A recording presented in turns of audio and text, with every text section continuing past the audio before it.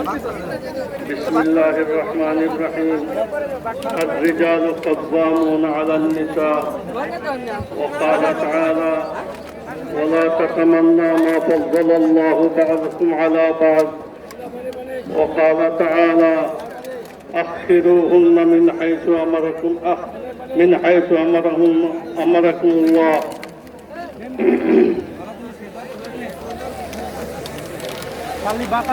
হেফাজতে ইসলামের এই মহাসম্মেলনের সম্মানিত সভাপতি, উপস্থিত হযরত উলামায়ে কেরাম, তৌহিদি জনতা,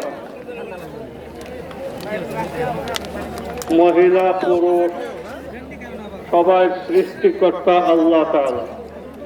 যেহেতু আমরা মুসলমান, যার কারণে পুরুষের জীবনযাপনের নীতিমালা, মহিলাদের জীবনযাপনের নীতিমালা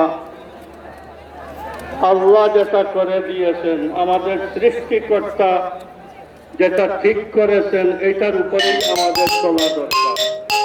যে চলে সে মুসলমান জাতি, যে চলে না সে অমুসলমান কাফির। মুসলমানের দেশে নারী উন্নয়নের নামে এটার জন্য আবার এক কমিশন বানাইলেন।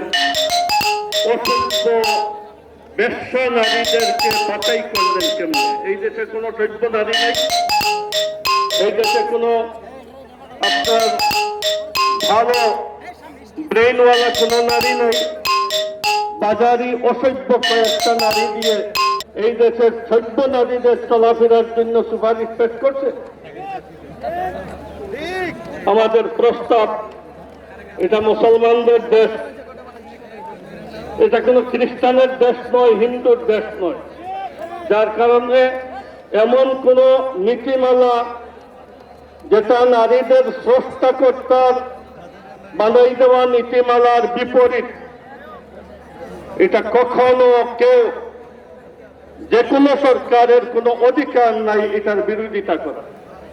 যদি বিরোধিতা করেন তাহলে সোজা আপনি মুর্তদার কাফির হয়ে গেলেন। আমাদের দেশে এই ধরনের মুর্তদার কাফির হওয়ার রাস্তা অবলম্বনকারী মানুষকে আমাদের দেশের চেয়ারে বসাইতে আমরা রাজি নই। দেশ বিরোধী যত ষড়যন্ত্র, কোন একদিকে দৌড় দিয়ে অন্যদিকে ছিদ্র করার চান্স আমরা দিব না, সর্বদা সতর্ক থাকব। উলামায়ে কেরাম যদি এই দেশে সতর্ক থাকেন তাহলে এই দেশের স্বাধীনতা, সার্বভৌমত্ব সংরক্ষিত থাকবে।